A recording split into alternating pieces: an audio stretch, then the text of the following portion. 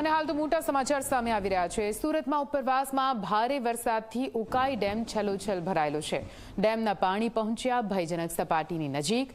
344.18 ફૂટ પર જળ સપાટી પહોંચતા નદીમાં પાણી છોડવામાં આવ્યું છે। 1.33 લાખ ક્યુસેક પાણી છોડાતા તાપી નદી બે કાંઠે વહી રહી છે। તાપી નદીએ રૌદ્ર સ્વરૂપ ધારણ કરતા પ્રશાસન એલર્ટ મોડમાં આવી ગયું છે। મહત્વનું છે કે સુરત જિલ્લામાં મેઘરાજાએ ધડબડાટી બોલાવી। ઉપરવાસમાં ભારે વરસાદના કારણે ઉકાઈ ડેમમાં પાણીની ભરપૂર આવક નોંધાઈ છે અને તેના પગલે તાપી નદીમાં પાણી છોડવાની ફરજ પડી। હજારો ક્યુસેક પાણી છોડાતા તાપી નદીએ રૌદ્ર સ્વરૂપ ધારણ કર્યું છે। નદી બે કાંઠે વહેતી થતા પ્રશાસન પણ એલર્ટ મોડ પર આવી ગયું છે।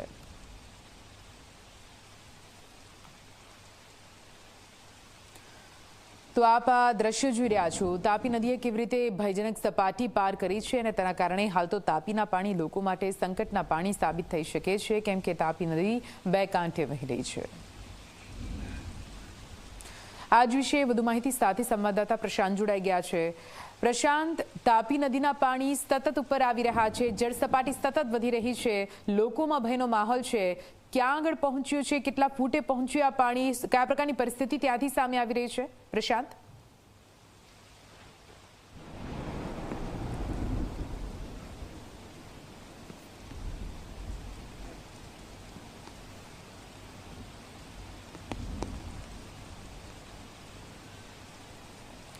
જી પ્રશાંત।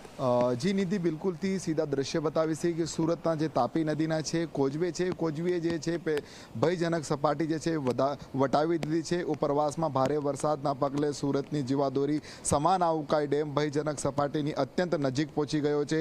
હાલમાં ઉકાઈ ડેમની સપાટી જે છે 344.18 ફૂટ પર છે, જેની ભયજનક સપાટી 345 ફૂટથી માત્ર 8.82 ફૂટ જ દૂર છે। ડેમમાંથી સતત પાણી છોડવામાં આવી રહ્યું છે। તાપી નદી જે છે રૌદ્ર સ્વરૂપ ધારણ કર્યું છે। હાલમાં તાપી નદીમાં 1,33,000 ક્યુસેક પાણી છોડવામાં આવી રહ્યું છે, જેના કારણે સુરત ખાતેના કોઝવેની સપાટી પણ ભયજનક સ્તરે વટાવી ગઈ છે।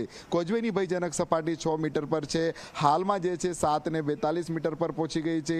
હાલમાં હવામાન વિભાગે જે સુરતના આસપાસના વિસ્તારો માટે ભારે વરસાદની ગંભીર ચેતવણી આપી છે, ત્યારે સુરત જિલ્લા માટે આજે તારીખ 28 મીના રોજ ભારે વરસાદનું રેડ એલર્ટ જાહેર કરવામાં આવ્યું છે અને આ ઉપરાંત આવતીકાલે સોમવારે તારીખ 29 મીના રોજ પણ સુરત જિલ્લા માટે ઓરેન્જ એલર્ટ આપવામાં આવ્યું છે। સુરતના નજીકના જિલ્લાઓ માટે પણ ભારે વરસાદના અંગે રેડ એલર્ટ અને ઓરેન્જ એલર્ટ જારી કરવામાં આવ્યું છે। ત્યારે તારીખ 28, 29 અને 30ના રોજ મેઘગર્જના સાથે વરસાદની જે છે ચેતવણી આપવામાં આવી છે। ત્યારે રેડ એલર્ટ અને ઓરેન્જ એલર્ટની ગંભીરતાને ધ્યાનમાં લઈને ડિઝાસ્ટર મેનેજમેન્ટ સાથે સંકળાયેલા અધિકારીઓ કર્મચારીઓને તકેદારીના યોગ્ય પગલાં લેવા માટે પરિસ્થિતિ પર સતત નજર રાખવા માટે પણ અનુરોધ કરવામાં આવ્યો છે। શહેરીજનોને પણ નદી કિનારાના વિસ્તારોમાં દૂર રહેવા અને હવામાન વિભાગની ચેતવણી પર ધ્યાન આપવા અપીલ કરવામાં આવી છે। હાલ દ્રશ્યમાં જોઈ શકાય છે કે કોઝવેના દ્રશ્ય છે, જે રીતના ભયજનક સપાટી જે છે વટાવી દીધી છે અને તંત્ર દ્વારા જે છે સતત જે છે મોનિટરિંગ કરવામાં આવી રહી છે। ત્યારે સુરતની જો વાત કરવામાં આવે, વહેલી સવારથી સુરત શહેરના વિવિધ વિસ્તારોમાં જે છે મેઘરાજા વરસી રહ્યા છે।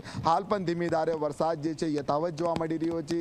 ત્યારે વરસાદી વાતાવરણ હાલ જે છે છવાયું છે। ત્યારે લોકોને જે છે ખાસ કરીને નદી કિનારે નહીં જવા માટે પણ જે છે તંત્ર દ્વારા અપીલ કરવામાં આવી છે। જ્યારે સતત જે રીતના વરસાદ વરસશે ત્યારે નીચાણવાળા વિસ્તારોમાં તો પાણી ભરાશે જ, પરંતુ ઉકાઈ ડેમમાંથી જે રીતના પાણી છોડવામાં આવી રહ્યું છે, આ પાણી નીચાણવાળા જે તાપી કિનારે આવેલા જે વિસ્તારોમાં જે છે ત્યાં ભરાવાની સંભાવના છે, જેને લઈને લોકોની જે છે ક્યાંક ને ક્યાંક ચિંતા વધી છે। પરંતુ જે છે તંત્ર દ્વારા જે છે સતત મોનિટરિંગ કરવામાં આવી રહ્યું છે અને પરિસ્થિતિને કાબૂમાં લઈ શકાય તે રીતના તંત્ર જે છે એલર્ટ પર છે।